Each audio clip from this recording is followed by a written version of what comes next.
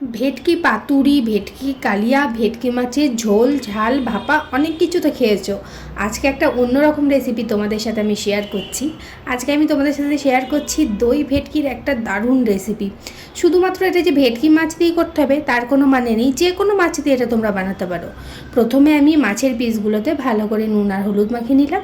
এরপর কড়াইতে তেল গরম করে একে একে মাছগুলোকে আমি ভেজে নেব। মাছগুলোকে খুব কড়া কড়া করে ভাজবো না, হালকা একটু এপিট ওপিট করে ভেজে নেবো। তবে হ্যাঁ, ভেটকি মাছ আবার খুব নরম জাতীয় মাছ, তো তাই একটু সাবধানেই নাড়াচাড়া করতে হয়। এইদিকে একটা পিঠ ভাজা হয়ে গেছে, আর একটা পিঠ আমি উল্টে নিচ্ছি। আমি না ভাজার সময় একটু ঢাকা দিয়ে দিলাম, এত তেল ছটকাচ্ছিল চারিদিকে, চারিদিকটা তো নোংরাই হয় আর গায়ে এসেও লাগে। তো যাই হোক, এদিকে মাছগুলো ভাজা হয়ে গেছে, এবার একে একে আমি মাছগুলো তুলে নিচ্ছি। তবে একটা মাছ আমি এখানে ভেঙে ফেলেছি। ওই যে বললাম ভেটকি মাছ খুব নরম হয়, খুব সাবধানে ভাজতে হয়, তোমাদেরই জ্ঞান দিয়ে আমি ভুলভাল করে ফেললাম। তো যাই হোক, এবার এই সর্ষের তেলটা যেটা কড়াই ছিল ওখানে দিয়ে দিলাম কালো জিরে, দিয়ে দিলাম তেজপাতা আর কাঁচা লঙ্কা ফোড়নে। তোমরা চাইলে শুকনো লঙ্কাও এখানে ফোড়ন দিতে পারো। এরপরে একটা মিডিয়াম সাইজের পেঁয়াজ আমি ভালো করে মিহি করে পেস্ট করে রেখেছিলাম, সেটা এখানে আমি অ্যাড করে দিলাম। এবার ভালো করে পেঁয়াজটাকে একটুখানি ভেজে নেবো যতক্ষণ না তেলটা ছেড়ে আসছে। পেঁয়াজ থেকে তেলটা ছেড়ে এলে অ্যাড করে দেবো হাফ টেবিল চামচ মতন এখানে আদা বাটা, আর 1 টেবিল চামচ এখানে রসুন বাটা। রসুনটা একটুখানি বেশি আমি ইউজ করি, টেস্টটা আরও ভালো আসে। এরপরে সমস্ত কিছু ভালো করে একটু ভাজা ভাজা করে নিতে হবে যাতে কাঁচা গন্ধটা চলে যায় আদা রসুনের।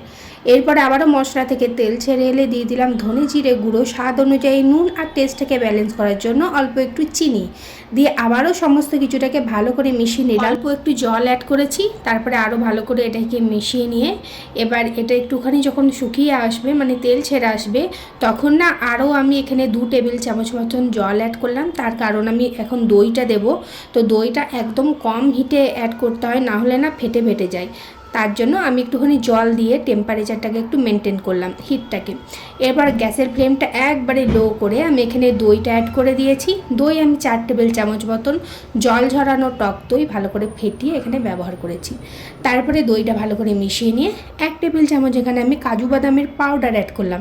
দেখবে কম কাজু জল দিয়ে ভালো পেস্ট করা যায় না, সেহেতু তোমরা এমনি নর্মালি কাজুটাকে গুঁড়ো করে নিতে পারো, ভীষণ ভালো গুঁড়ো হয় কিন্তু সেটা। তো আবারও সমস্ত কিছু ভালো করে এখানে আমি মিশিয়ে নিচ্ছি। মশলাটা থেকে দেখতেই পাচ্ছ একবারে তেল ছেড়ে এসেছে। এরপর আমি যে দইয়ের বাটিটা ছিল সেই বাটির 1 বাটি এখানে আমি জল অ্যাড করে দিলাম। তারপরে জলটার সঙ্গে মশলাটা খুব ভালোভাবে মিশিয়ে নিতে হবে। তারপর ঝোলটা ফুটে উঠলে একে একে মাছগুলোকে এখানে আমি অ্যাড করে দিচ্ছি। আর মাছ ভাজার যে প্লেটে তুলে রেখেছিলাম অল্প একটু তেল মতন ছিল মাছেরই, তো সেটাকে একটুখানি ভালো করে মিশিয়ে নিলাম। এরপরে মাছটাকে একটু এপিট ওপিট করে ভালো করে গ্রেভিটার সঙ্গে আমি মিশিয়ে নেবো। এদিকে দেখো আবার গ্যাস শেষ হয়ে গেছে, আমি আবার বাকিটা ইন্ডাকশানেই করে নিলাম। অ্যাড করে দিলাম 2টো কাঁচা লঙ্কা, তারপর ঢাকা দিয়ে 5 মিনিট মতন মিডিয়াম ফ্লেমে এটাকে একদম রান্না করে নিয়েছি সুন্দর করে। তবে হ্যাঁ, মাঝে মাঝে কিন্তু ঢাকাটা খুলে একটু নেড়ে দেবে, যেহেতু কাজু বাদাম দেওয়া আছে না, নিচটা লেগে যাওয়ার সম্ভাবনা থাকে।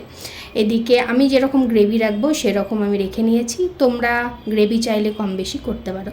অল্প একটু অ্যাড করে দিলাম গরম মশলা, তারপরে ভালো করে মিশিয়ে এটাকে আমি নামিয়ে নেব। আর তারপরে গরম গরম ভাতের সাথে গরম গরম দই ভেটকি আমি এখানে সার্ভ করে দেবো। তোমরা অবশ্যই এই রেসিপিটা একবার ট্রাই করে দেখতে পারো, ভীষণ টেস্টি হয়, আর যাকে বানিয়ে খাওয়াবে সেও পুরো একদম খুশি হয়ে যাবে, এত টেস্টি এটা খেতে হয়। তো ভিডিওটা যদি ভালো লাগে অবশ্যই লাইক কমেন্ট শেয়ার করতে ভুলবে না, আর কমেন্ট করে জানাবে আমাকে অবশ্যই যে আজকের ভিডিওটা তোমাদের কেমন লাগলো। তোমরা অনেকেই ভিডিও দেখো কিন্তু কেউ লাইক কমেন্ট কিন্তু সেরকম করো না, তাই সবার কাছে অনুরোধ থাকলো একটু প্লিজ লাইক আর কমেন্ট করে যেও। যদি তোমরা অন্য কোনো রেসিপি দেখতে চাও অবশ্যই আমাকে কমেন্টে জানাতে পারো, আমি ট্রাই করব তোমাদের সাথে শেয়ার করার। তো চলো একটুখানি টেস্ট করে দেখিনি কেমন হয়েছে। দারুণ টেস্টি হয়েছে আজকের রেসিপিটা। আর আমার পেজে নতুন হলে প্লিজ আমাকে ফলো করে পাশে থেকো।